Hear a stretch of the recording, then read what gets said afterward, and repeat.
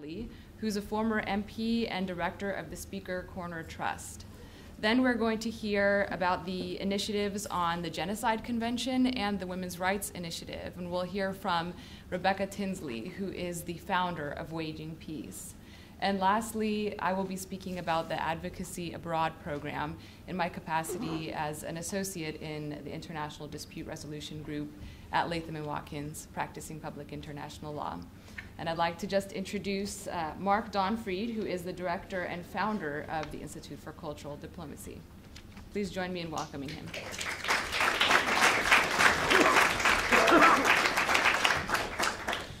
Thank you very much. I would like to also take this opportunity to welcome you all once again for the evening session of our conference. We've had really an exciting 2 days, an action-packed few days, so I'm impressed to see you all here this evening after a very full day rich with content. And I wanted to just say a few words, a little bit of the history as to why we're also here tonight and why also ICD is interested in human rights and also why we've launched these 4 initiatives in the field of human rights. And it actually began more or less with a conversation between one of our advisory board members.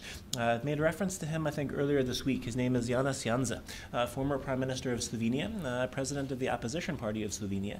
In many ways, really a strong advocate towards human rights, given the situation actually that has occurred in Slovenia in the past, but also beyond. And it was in particular his frustration, which we also share at ICD, with the issue of genocide that really got us inspired to launch these 4 initiatives. And with genocide, as we all know, in 1951, the world actually agreed. This is a crime. So as I was referring to earlier this week, it's actually an easy issue. Everyone agrees. Who's going to disagree? The main issue, which is I think also part of the reason why we're here in a law firm, such as Latham and Watkins, is how do we actually implement it? How do we actually respond? How do we actually intervene when genocide is being identified? That's been the big handicap over the years. And that was the driving force behind this initiative. How can we try to move in the direction of finding a solution for a fast-track, rapid response mechanism that actually would finally allow the international community to intervene when it's necessary? We're aware of the fact this is maybe a naive or maybe a very lofty goal. We know many have tried before and failed. On the other hand, we think we have a chance. As you all may have seen, we have a fairly strong advisory board at the Institute for Cultural Diplomacy. Luckily enough, knock on wood, in 2 weeks there'll be an election in Slovenia, and it looks like Janez Janša, it's fairly clear he'll be the current prime minister. And so I think many windows are opening in the direction that at least gives us hope that I think we have a chance to continue on with this initiative. We have a number of lawyers working with us, a number of judges, and in that sense, my colleague will tell you a few more details, but I think we're onto something here, and I think we really would love to work together with you, the participants of this conference, as well as the speakers, as well as the partners, to try to continue moving forward in the direction of maybe someday actually finding a fast-track solution for the issue of genocide, as well as the other issues that were mentioned earlier, the 4 initiatives that we have at the Institute for Cultural Diplomacy. To conclude, as I mentioned earlier today, also, cultural diplomacy, even though up until now did not really concern itself so much with human rights, we believe the future it's essential. We can't just win the hearts and minds of foreign audiences anymore, whether it's British Council, Alliance Française, Goethe Institute. I think it's clear the responsibility for cultural diplomacy is far greater. We need to build relationships based on dialogue, understanding, and trust. And to have sincere trust between nations bilaterally or multilaterally. Of course, one needs to take human rights into account. One needs to discuss difficult issues as well as easy issues. One needs to discuss weaknesses of our own cultures and our own societies as well as strengths. Also imperfections, whether they're imperfections from our past or also imperfections in our present. So in that sense, there's a lot of work to be done, and we're trying as hard as we can as the Institute for Cultural Diplomacy to pave the way and really expand the field of cultural diplomacy to embrace these very important and unfortunately very challenging issues. So in that sense, I'm really happy that we have the chance to be here tonight at Latham and Watkins. We're grateful for your hospitality in hosting this and also sponsoring this, as well as tomorrow where we'll have the chance the entire day to be in these beautiful, very modern facilities, which I think will add to the inspiration for the discussions that we have.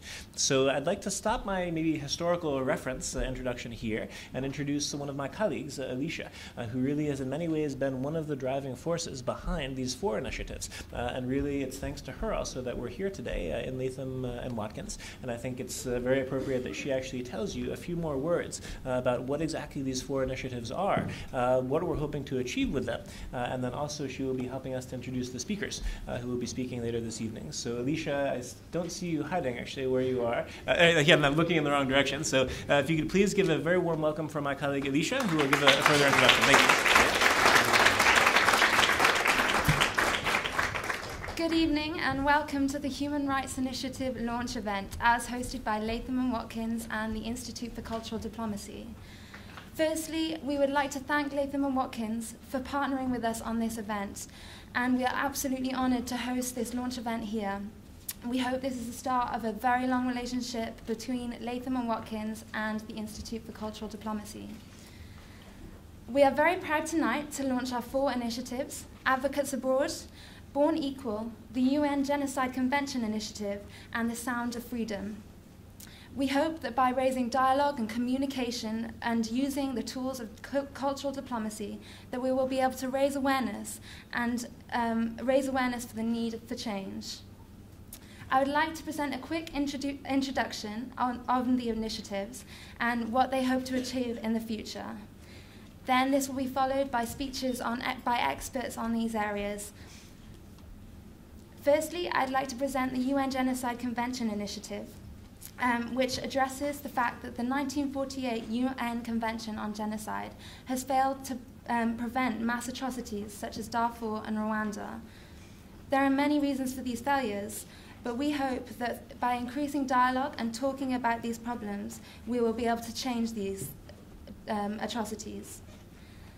Eventually, the ICD would like to propose amendments to the UN Convention in order to promote prevention rather than punishment of genocide acts. The Born Equal initiative addresses women's rights and gender equality in the 21st century. Often, problems in these areas are created by cultural differences and cultural views on women's role in society. We believe that through discussion on these different cultures and through offering support and advice, hopefully we will be able to bring around change. The Sound of Freedom initiative aims to promote the freedom of expression.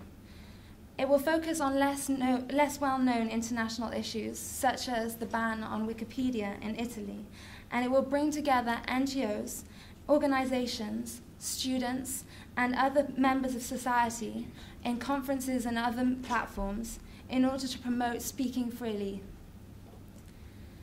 The Advocates Abroad initiative provides a link between governing institutions and the public, and it will provide legal support to those in need who have suffered from violations of human rights.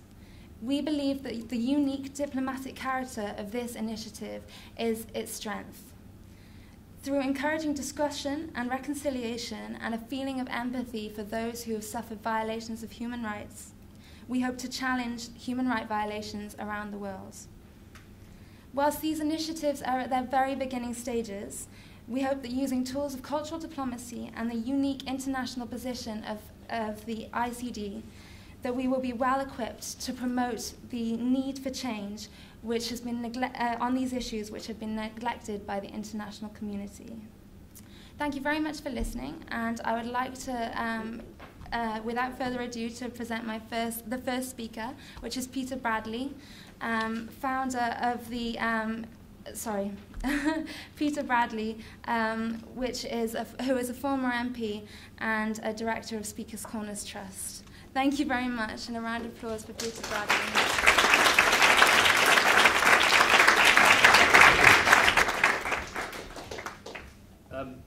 Thank you very much to the ICD and indeed to our hosts for organising this event tonight. And also I apologise in advance to other speakers because I've been substituted at the beginning because I have to catch a train. So if you see me slipping out later, it's not because I disapprove or I'm bored of anything that's going on, but if you start slipping out while I'm speaking, I will take offence. But we just heard about Rwanda and Darfur. I was a member of Parliament at the time of the intervention in the former Yugoslavia, Afghanistan, and Iraq. And it struck me at the time that the quality of debate about human rights and our responsibility, certainly in developed democracies, to uphold norms of human rights, standards of human rights, principles and values. The quality of debate was very poor and polarized. And I think actually the debate about Iraq was appalling in its quality, both before, during, and after. And had we as an international community come to a proper consensus about the supremacy or the sovereignty, in my view, of human rights over all other considerations, then I think learning the lessons from Rwanda would have helped us to make an intervention in Darfur that would have saved lives. And I think it's to our shame that we were not able to achieve that consensus. And I think it's so incredibly important that people like yourselves pursue this issue, and there should be proper debate about it. Now today I want to talk about the challenge of citizenship in those developed democracies, but I'm very conscious of the news that's coming from Tunisia, from Egypt in particular today, from Libya, from Syria, from Bahrain. These are people who are struggling for rights that we in the UK have enjoyed for many generations. It was very striking when we launched our very first project. We're a very new and small charity, but when we launched our first project in the city of Nottingham a few years ago, we had a Zimbabwean on the platform who reminded the audience. He said, you know, this is a wonderful and very important initiative, but you do realize that if we were standing in Harare, we'd all be risking arrest. If we were sitting, well, we wouldn't be sitting. In many towns and cities and capitals throughout the world, this kind of congregation would not be allowed, and we need to remember that. Because, as I said, at an event which is where I first encountered ICD in Berlin, where we, with the support of Google, held a speaker's corner under the Brandenburg Gate just a fortnight ago, I tried to remind the audience there that, you know, our rights, just as in the Arab world, our rights here in the UK and elsewhere in the countries that you represent, were never handed down to us by benign dictators. They were always won from, you know, from the regime by generations of struggle, hardship, sacrifice. And if we forget that struggle, then a new struggle begins, which is a struggle to protect the rights that we already enjoy. And that, in a sense, is my theme. I just want to remind you, if you need reminding, about the roots of our democracy, but I want to start with a dictionary definition, which I want you to hold, if I may ask you to, in your heads for a little. And that is the definition in English usage of the word idiot, a foolish or stupid person. Democracy may well have preceded the ancient Greeks, but certainly it flowered in Athens and elsewhere, in Sparta, in various different forms. And the great Athenian statesman Pericles, standing in the agora, the marketplace, not just for goods and services, but a marketplace for exchange of ideas, of debate, deliberation, of decision-making. This is what he said about Athenian democracy. So the first point that I want to make is that our democracy is founded on rights. And that commitment, that principle, is the same 2,500 years ago as it was then. However, you know, democracy is never a finished product. It's always a process. It always needs redefinition. It always needs remodeling. It always needs to face new challenges, to grasp new opportunities. Of course, in ancient Athens, democracy was a wonderful thing, but it excluded women, and of course it excluded slaves. It was a slave economy. And it took 2,500 years, or almost, for advanced democracies, modern democracies such as our own, to confer the right to vote on women. It's less than 100 years since all women were granted the same rights as men to universal suffrage, and it isn't very much longer since men were campaigning for the vote in the UK. The second proposition, this is taken from the same speech by Pericles, emphasizes the importance of exchange, of ideas, of opinion, and debate.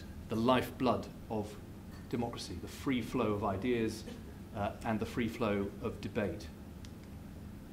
But thirdly, and this is perhaps less remarked, in that same speech, Pericles says, Athenians regard those who take no part in civic duties not as unambitious, but as useless.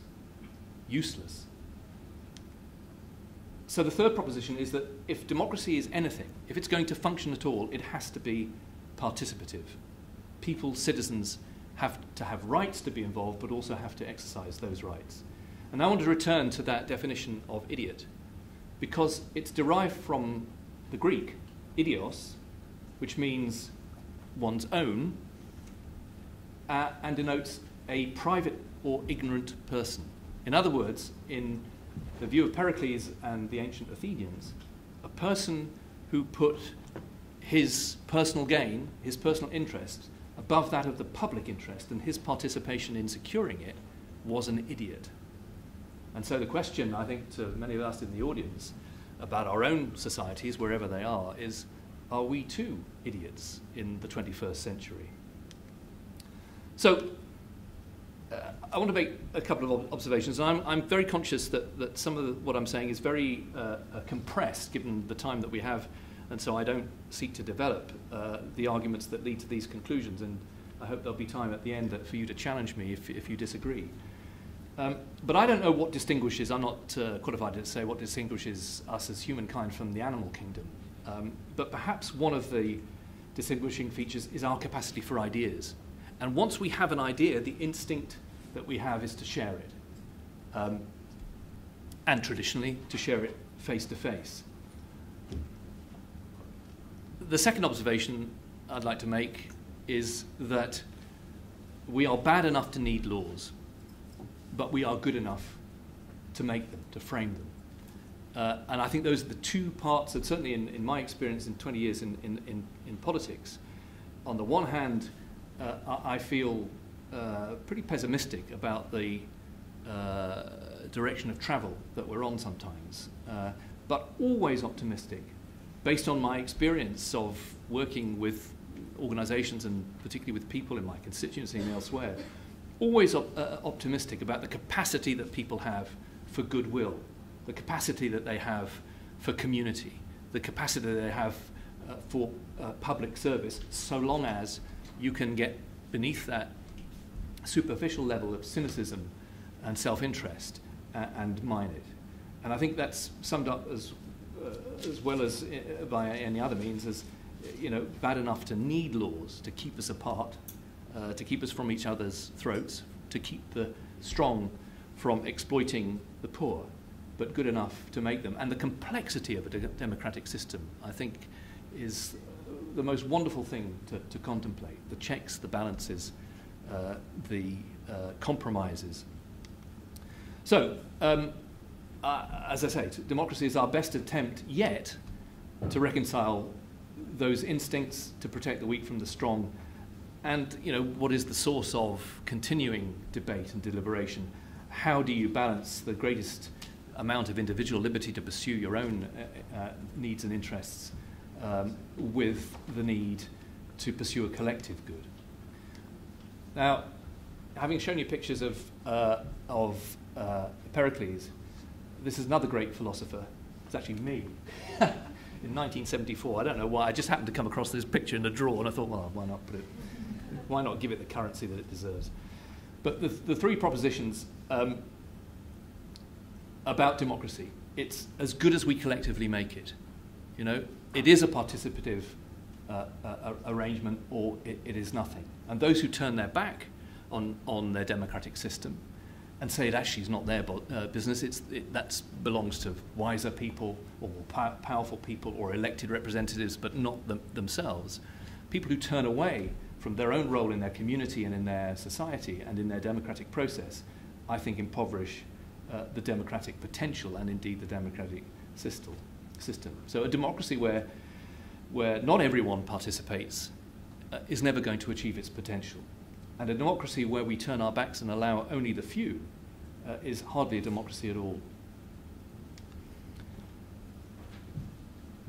just to run quickly through what I conceive as obstacles to citizenship.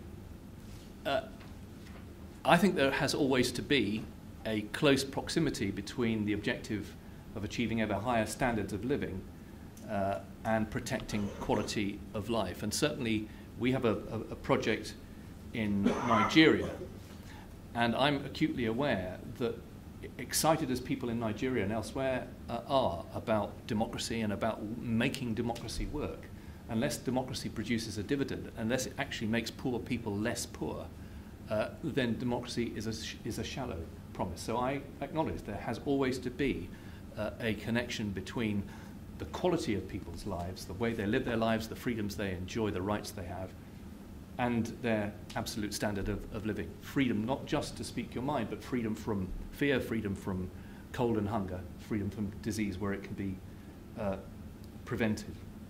And I think that certainly since the Second World War in our society, affluence has been something of a miracle when you consider the conditions in which vast numbers of people were living in an advanced form of capitalism in this country only 50 years ago. But I think there has been a price that's paid, and that is the undermining of that sense of common purpose and cooperation and collective action that, for example, was the basis for the trade union movement and the reform movements of the 19th century that led us to the rights that we enjoy today. And related to that, I think, is this notion of aspiration, which no political party in this country and probably elsewhere, certainly in the States, will ever place in the context I think it needs to be placed in. I think I joined the Labour Party in 1979, just after we lost the election to Mrs. Thatcher, as it turned out. And one of the determining factors in that election was the Conservatives' promise that they would allow council tenants, people living in public housing, in paying rent in council housing, to buy their own homes at a discount. And Labour said it's, for I think very valid reasons, although perhaps, as it turned out, wrong reasons, but nevertheless set its face against that promise and paid a huge price at the election, and indeed was out of power for 18 years. So becoming part of a share-owning, home-owning democracy was a very potent promise in the 80s. But one of the interesting things that just occurred to me the other day, that the first thing that many people who bought their own homes did after they bought them was either to paint their front doors, or to change their front doors, or to pebble dash, if you know that expression, to coat the bricks and mortars of their homes with what they thought was distinguishing decoration. Whether it was as attractive as they thought it was is another matter. But the important instinct that they were seeking to fulfill was to individuate themselves, to make themselves different from their neighbours. Now, what would have been actually much more interesting, and maybe many of them did it too, was actually to change the inside of their homes so that they can enjoy them in a way that was, more fulfilling and so on and so forth. But for many people, it was really important to show that they were different from other people. And I think we've been on that trajectory for the last 20 or 30 years without adequate reflection, that the more we individuate ourselves, the more we distinguish and differentiate ourselves from our neighbours, the less functional our community and our society becomes. So emphasis on the personal and material well-being at the expense of a more general and public well-being, I think, is a problem for us in 2011. And the two aren't mutually exclusive. But as I said earlier, it's, I find it a little depressing that even, after our election defeat, the Labour Party's election defeat in 2010, we're not reconsidering that proposition.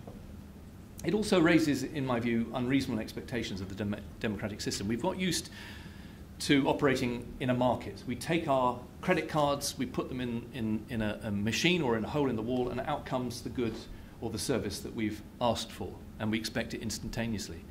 Democratic societies, governments, don't work like that. They can't work like that, but our expectations are that they always will.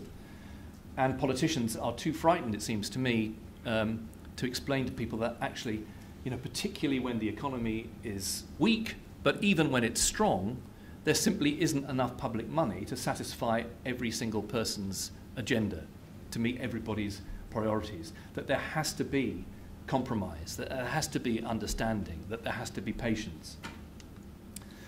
And lastly, perhaps controversially, the internet. It's a wonderful technology. I'm not that old, but certainly when I was a youngster, my parents bought a second-hand edition of the Encyclopedia Britannica and built a shelf for it. And there are 24 volumes of information that was a goldmine for me as a school child. Although I mentioned it was second-hand, even if it had been first-hand, it would have been out of date before it actually was on the walls. And so now to have this extraordinary opportunity to mine information that's not always accurate, but can be had instantaneously, is extraordinary. To be able to talk to people across cultures and time zones and continents is fantastic. But my children, I've got twins who are 14, and they really are the Facebook generation, and I have to take their computers off them sometimes and lock them in a trunk. I literally do that to try to get them to think about things other than gossiping with the friends they'd just been at school with on Facebook. And they came home just a few weeks ago and told me, we live in a house that we moved into 3 years ago, and we're on very good terms with the neighbours on one side, but the people on the other side, we're not on bad terms with them, we're just not on terms with them at all. We've never actually spoken to them. I wouldn't recognise them if I saw them in the street, which is not a good reflection on me, I have to say, or perhaps on them. But my children came home and said that the young boy next door, who is their age, has just contacted them on Facebook and asked them to be his friends. And they were very pleased about this idea. Well, I'm pleased for them too, but I think it's very worrying that this upcoming generation lives in a virtual reality and not the real world itself. And so I like to say that the internet has opened a window on the world, but there is a danger that it can slam the door on our neighbours. And we can see that with the quality of debate sometimes on debating or forums, that people either seek out forums that they entirely agree with or disagree with. And actually, where the real debate is in between. And often debates, because of the anonymity of your email address, descend so quickly into unreasoned and sometimes quite aggressive, I suppose they've got this new word for it, trolling, which I think is a big problem. The fourth issue is the mediation of politics and the media. And I don't need to remind you the low esteem that both politics and politicians and the media are now held in. But, I think it is quite depressing to think that, at election time, we may be, or many people may be voting for politicians they don't trust based on what they read in newspapers they can't believe. So, an age of unreasonableness. This is very gloomy, actually. I'm depressing myself. I'm surprised you haven't started walking out. So we live in an age where we believe we have entitlements, and if we aren't granted those entitlements, then we're entitled, indeed, to blame people for not delivering. Inarticulate grievance. If you read kind of particularly the cheaper newspapers, the tabloids, it's extraordinary how citizens are portrayed always as victims. It's the bad news syndrome, that it's much more interesting to have a human interest story about somebody who's been betrayed, particularly by the state or the government, than it is somebody who says, I'm really pleased to be living in a fairly affluent 21st century society. And parochialism. We have an argument about how tragic it is that young people cannot now afford to buy their own homes, because now we assume that home ownership is the norm and is everybody's right. We have a huge challenge here, as there is elsewhere, to build enough homes for young people to be able, and affordable young homes for young people to be able to move into. So everybody agrees that it's a tragedy that our children can't afford to buy their homes before they've left school. But actually, there is no settled agreement as to where those homes should be built. We all agree that if we don't do something about environmental protection, we don't address climate change, then the consequences for ourselves, but certainly for our children and our grandchildren, could be very severe. And yet we can't agree on the need to create wind farms and other forms of alternative and sustainable energy. So there is a problem about achieving consensus. So, in summary, and I then want to be a bit more positive before I finish, I think the challenge for our democratic systems, particularly our mature ones, is to recognise that for all their deficiencies, for all their flaws, they are about as good a system as has yet been devised. And we need to correct that balance between personal well-being and the aspiration to be yet better off, which, when the economy dips in the way that it has recently, is very difficult to achieve. But we have this notion that there can never be a ceiling on our ambitions. And I think that is a problem for all political parties.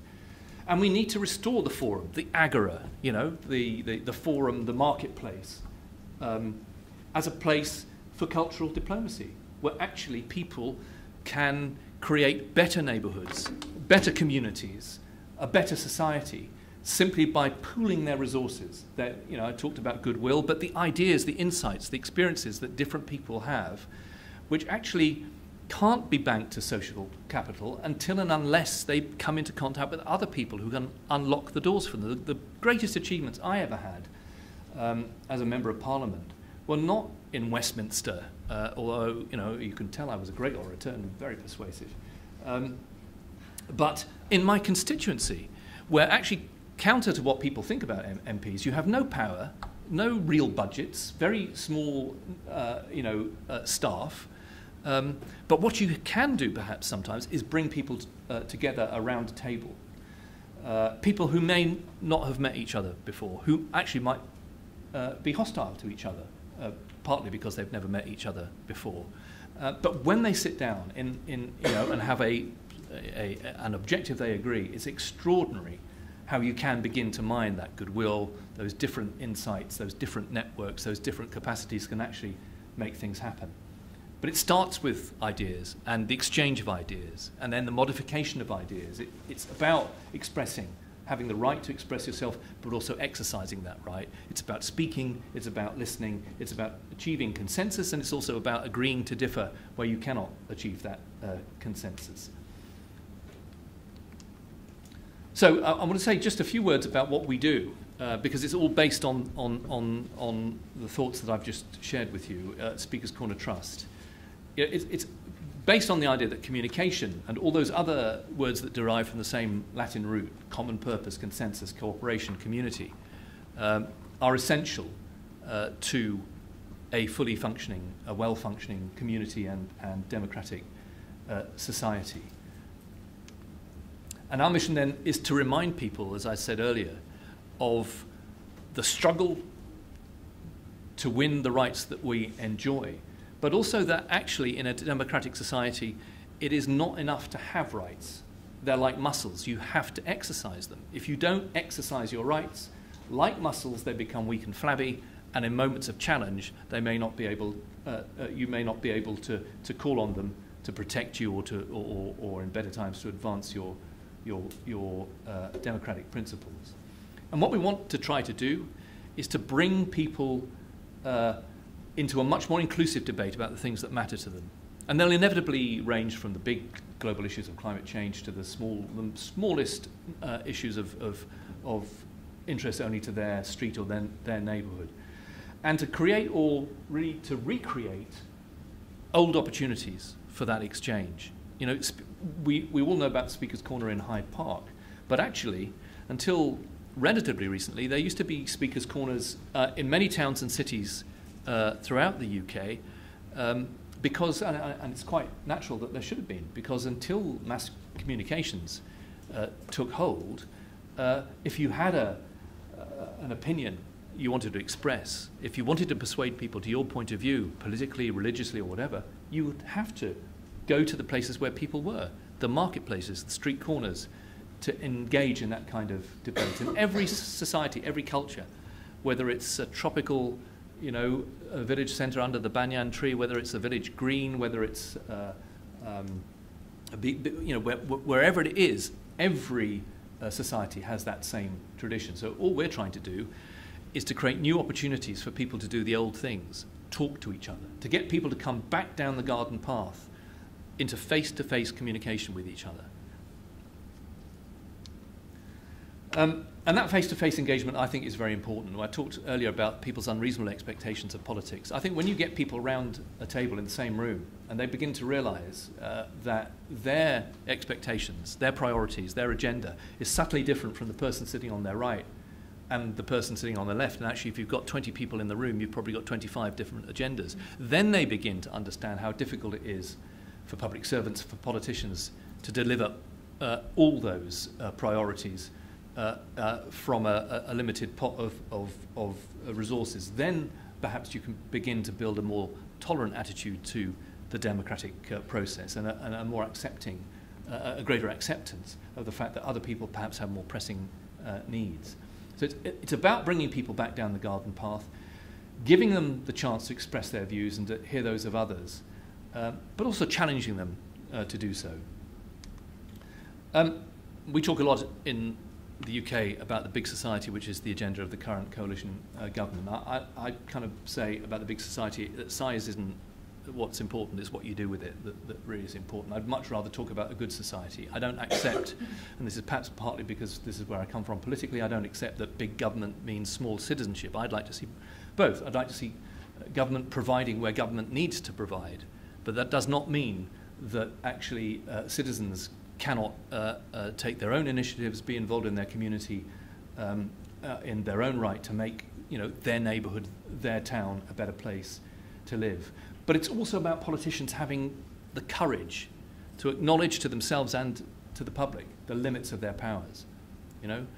Politicians are always petrified of ever saying, this is something we can't deliver, I'm sorry. Or this is ought really to be a collective responsibility. Once they admit that, then I think they feel emasculated, and that what is the point of politics if governments can't deliver? But I think they have to be much more forthright about the limitations of politics and the importance of community action. And it starts, as I said earlier, with ideas, with that cultural diplomacy.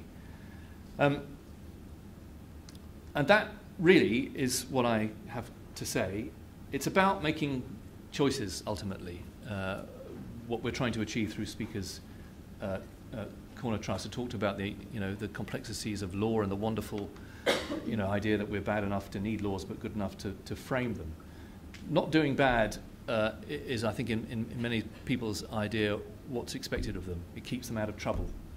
But I believe that doing good makes not only our own lives better, but those of our community too. And there's now a growing body of academic work that tells us that actually happiness, which ultimately must be our goal, is not based entirely on income, that once you're above a certain level of income, having more doesn't make you happier, but actually lots of other things make you happier. And it's about having shared goals, and it's about setting out to achieve them together, and sometimes it's actually about achieving them. And I think if you don't set out, you don't arrive. Thank you very much.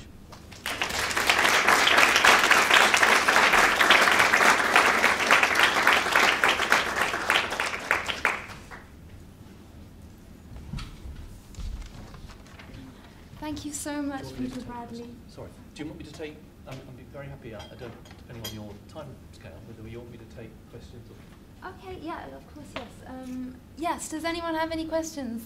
Yes. Jessica Walker. I will be a lawyer as of the 19th of December from Australia. Congratulations. I wondered if you might speak briefly to an idea that I've been discussing with people a little bit over the last couple of days. It's the idea that we have become or are becoming dependent on an outsourced lower class. So the workers have not so much struggled to win rights in this country as struggled to make themselves part of a middle class country, and that we are still in many ways an economy that runs on people who may or may not be a little better than slaves in their own countries, have no access to our democracy. We have no control over the people who are controlling them. And one of the solutions that I've heard proposed is that in order to earn the right to vote in this country, one must travel and actually, at the very least, see firsthand the people that our current economy is reliant on, or to borrow a phrase from Thomas Jefferson, educate people for democracy. Something you could speak to? Yes. I think it's a very interesting notion, but I think educating for democracy is actually very important. And actually, we ourselves are developing programs to try to help that, particularly with young people. But I think the first thing is, and I think, I mean, if we establish a Speaker's Corner project in a town or city, which is what we seek to do, we go to a town and city in the UK or elsewhere for that matter. We consult with representatives of the public sector, voluntary sector, the communities, and the private sector. Invariably, they say this is a great idea, and they want to create a Speaker's Corner, actually, literally, and that's one thing that we want to work with ICD on in Berlin, because it creates that magic space. You know, it has a really potent resonance, and people feel that their rights as citizens are vested in that place, and when they stand on that place, and this is, I think, perhaps begins to answer your question, when they stand on that space, they are the equal of anyone else in their community. And I think that one of the big problems is that we do have an underclass, certainly in the UK, where people actually don't even think they have a right to have an idea, much less to express it. And if they did express it, that nobody would be interested. And politicians actually, to be fair, I think politicians of all parties are trying actually to bridge that gap, but it is incredibly challenging.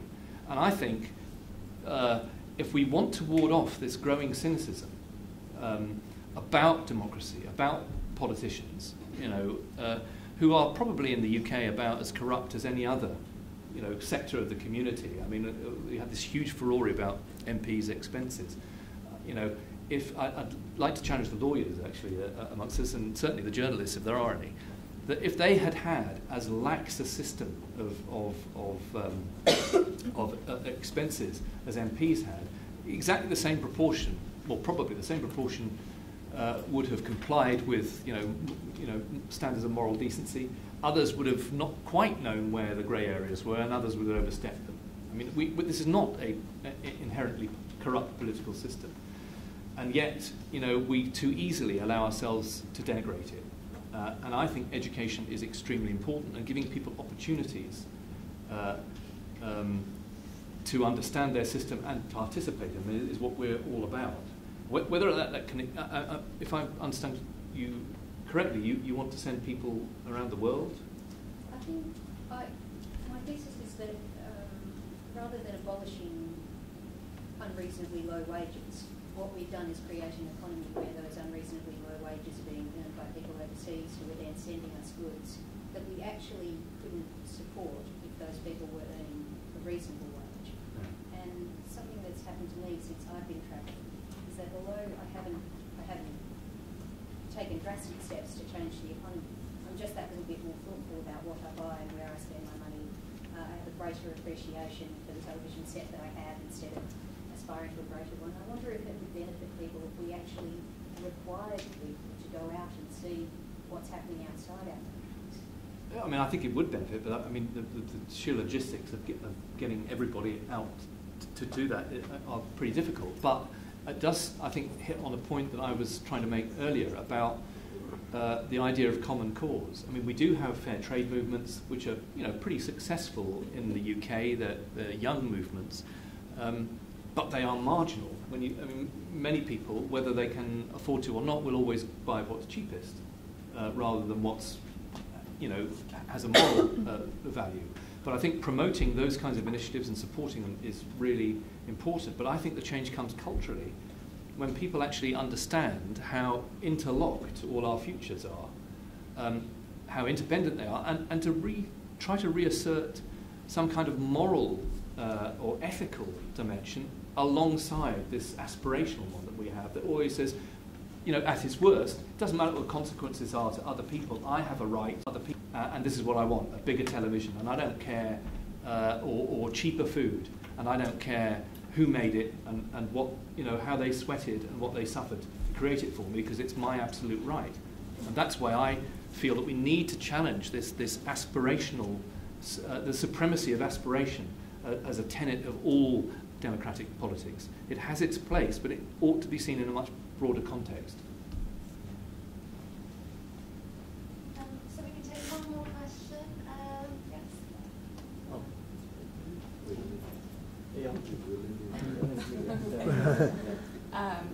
That was a debate. I really like the idea of bringing people face to face to discuss things, but I also see a challenge in forming an intergenerational community, because I think that one of the things that divides generations now so much is types of communication and styles and places of communication. So how have you faced a challenge, or has it come up? Do you see people from different generations embracing this to the same extent, this idea of getting out and connecting? Well, I think it's a really interesting point. I mean, I was thinking actually on the tube on the way over here, somebody was reading, it wasn't a Kindle, it was one of the competitors. Anyway, she was reading a book on the tube, and there was an advertisement above her head about, 1 million books in this Kindle type library, which is an extraordinary idea. And I thought, what a shame, in a way, what a shame that people don't love the feel, the smell, the sensation of books. And I try to tell my children, that when you open the covers of the book, you don't know, there's magic in there, and actually you create it in your mind. It's not like having a computer game. You have to populate, the words and so on and so forth. And I was thinking, maybe I'm being a fuddy-duddy. The idea of being able to access 1 million books online, is really quite exciting, except when the battery fades, I suppose, because with a book, all you need is paper and daylight. But somehow there's got to be, I think, so just because I'm not familiar with it doesn't mean it's wrong. I've got to constantly say to myself, if I had had the opportunities my children have through technology, I would have welcomed them too. But I think we are in danger of throwing out human relations and the importance of human relations too. And I do think that face-to-face engenders much greater understanding and capacity for tolerance than we see online. And I had a really important point I wanted to make, and I've talked myself out of it now. I know. One of the very first events that a Speaker's Corner project that we were involved in held was actually in Nottingham. I mentioned that we launched in Nottingham, our very first one in 2008. And they had 6 events across the city to mark the launch of this Speaker's Corner initiative there. And one of the events was called, I think it was called, no, it wasn't called Common Ground. Anyway, whatever it was called, doesn't matter. But it brought together older people and younger people in the council chamber. And for both of them, that was quite a thrill, because this was this important place in their town and city, into which they were rarely invited, but they were sitting there. And we had no speakers. We had somebody to moderate, a chair, but no speakers. All we did was we asked the older people to tell the younger people what was better about 2008 than 1938 or 1948. And we asked the younger people to speculate about what previous generations may have enjoyed that was lost to them. And it was extraordinary. Once you break people out of the straitjacket, the stereotypical thinking that we're so used to, and you get them, surfing in their own heads, so to speak, it's amazing the creativity, the enjoyment, the energy, and the new understandings that you begin to engender. And that council chamber, like many council chambers, got incredibly hot and stuffy as the afternoon went on, and nobody left because they were so engaged. Didn't mean that they agreed with each other, but about everything. But they certainly had a better understanding of each other's positions when they left. And there were 80-year-old women exchanging phone numbers with 15-year-old girls, and that was just fantastic. And it isn't always going to be that way, but my experience actually is for Speaker's Corner events. Firstly, it never rains when we do them outdoors, and we started planning the Berlin extravaganza in February actually this year, and my constant worry was that on the 9th of November, when we held this event to celebrate the fall of the Berlin Wall, it would be raining and nobody would come, but actually it was a beautifully sunny day. So firstly, the weather always is great. And secondly, if you give people the opportunity and the equal right we talked about to speak and to be heard, it's amazing how positive their agenda is. And if I passed around a little brochure thing, and I think there's a link there to a 5-minute film on our website about events that we held in Leicester last year. And it is extraordinary how positive. We stopped 30 people in the street and said, come speak for a minute. in their shopping centre. Bitterly cold, dry, but cold day in October. They had no notice. All we said was 60 seconds. And it's amazing how people came up and they wanted to talk about positive things. You know, this was a precious moment for them. Why waste it being negative? So I think there are ways of putting people together and letting the magic happen that will quite surpass your expectations, perhaps. Good. Thank you very much. Thank you.